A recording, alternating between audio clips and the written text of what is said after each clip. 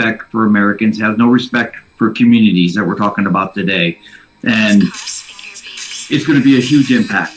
We're already outpaced, like I said a few minutes ago. We're already overwhelmed. In these transnational organizations. How long have you been wearing a badge, Sheriff? 38 years. In 38 years, have you ever seen anything like what we're... Welcome to another F.O.E Empire. Now, this one right here is about, of course, immigration. Now, I've been going on in this since the beginning of this idiot's presidency, Biden's, right? I think in the first couple of months, it was 600,000 people that crossed over. Now we have 4 million in 1 year. 4 million. If you know that this is a problem, you don't think straight, or you need more trauma in your life. You need to go through some shit in your life to know how it's just insanity. But I've had this discussion before, that it's not gonna cause a problem. It's gonna cause a problem. There are people that are already dead. There's people walking around right now in America that are going to die because of 4 million that just crossed over. That's a fact of life.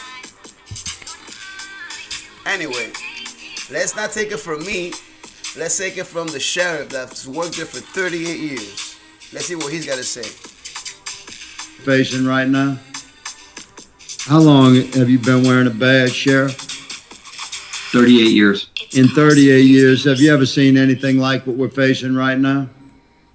This is the worst I've ever seen it. And you're sworn to protect and serve the citizens of your community, are you not? Yes, I am. Your men, your women that serve, that wear your badge, you're dedicated, compassionate law enforcement professionals, sir? Yes. Well, some of us stand with them. God bless you. Thank you. These transnational organizations, they have no respect for Americans, have no respect for communities that we're talking about today. And it's going to be a huge impact. We're already outpaced, like I said a few minutes ago. We're already overwhelmed in these rural communities. There's 31 counties along the southwest border. 20 are considered rural like mine. We don't have the resources. All I hear is we're talking about CDC. Folks, I'll just say in the last 18 months, I don't recall Dr. Fauci or anybody from CDC talking about our southern border and what law enforcement's been addressing when it comes to the health pandemic down here. I would argue that all day. Nobody. I would argue all day too. These people were forcing Americans to take vaccine with the border wide open. People walking in by the millions, unvaccinated, unaccounted for, unvexed, unvetted, unvaxxed. But yet you're making us take shots on the pain of losing our jobs. Let's keep going. That's the left. That's the left. That's the left. That's what you guys do. That's how you guys reason things. Has talked to us, and that's a big concern of sheriffs. We have tried to reach out to this administration to include letters to the President of the United States, and it's gone on deaf ears. It's intellectual avoidance. So if I say I'm frustrated, if I say my fellow sheriffs are frustrated, that'd be an understatement. So we are concerned because... So I'm going to stop it right there. Just to illustrate something, right? He's frustrated, is he not? All right. Now the genius is before DeSantis made a genius move, you would have said, "Oh, this guy's just a bad guy. This guy's white. This guy's got no compassion." Because it's very easy to just demonize people that don't share your opinion. But let's see how people in the Bronx sound, right? Right now, DeSantis shipped those migrants to New York, right? To New York and to Boston, right? First thing Boston did was shift them over to Massachusetts and put them in military barracks.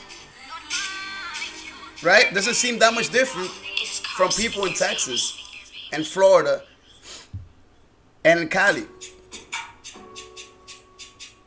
The conservative parts of Cali. I will say they're not acting that much different.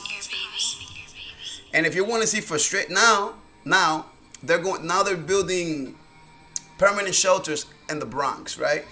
Now Florida already did this with the Cubans long time ago in the 80s.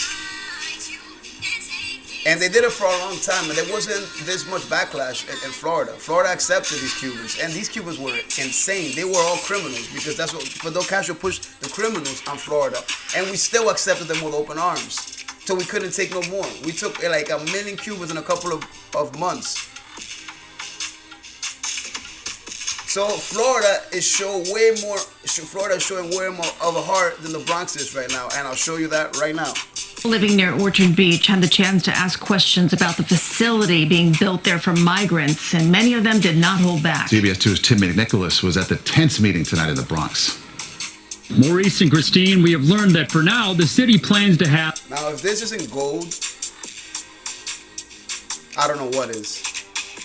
This is reasoning gold right here. Let's check out how liberals act when the migrants are at their fucking doorstep. Have about 1,000 migrants here at a time, and they plan to open the center here sometime next week. That's despite the objections of some people living in this area. Thank you for having me here tonight. New York City Emergency Management Commissioner Zach Iskel stood before... Just to give you guys a little peep in my brain, by looking at this man, I already know he's a little college liberal. I already know, and you're about to see. For about 150 people in City Island tonight, trying to answer questions about a plan to build a temporary shelter and resource center for migrants. We're frustrated. We didn't ask for buses to be sent to New York City. But the crowd didn't like many of it. Does he sound like the people in the Texas border talking about how frustrated they are? Answers, and they let them know. The great strength of New York has always been immigration. Immigrants have always been the strength. The questions range from the security of the center to how it will be paid for. Why is our tax money and our space being used for the emergencies of non-citizens when we have our own? Iskel said the city is working with state and federal partners on funding. It is not city tax dollars that are going to be on the hook for paying for these programs. How many of y'all got a letter from the mayor's office saying, do y'all want something like this? You see, the thing is that we got it backwards. You guys work for us. Is any department taking appropriate measures to properly vet the migrants coming in? DHS does background checks on individuals who are seeking asylum. The amount of information they have is dependent largely on our relationship with the country that they are coming from.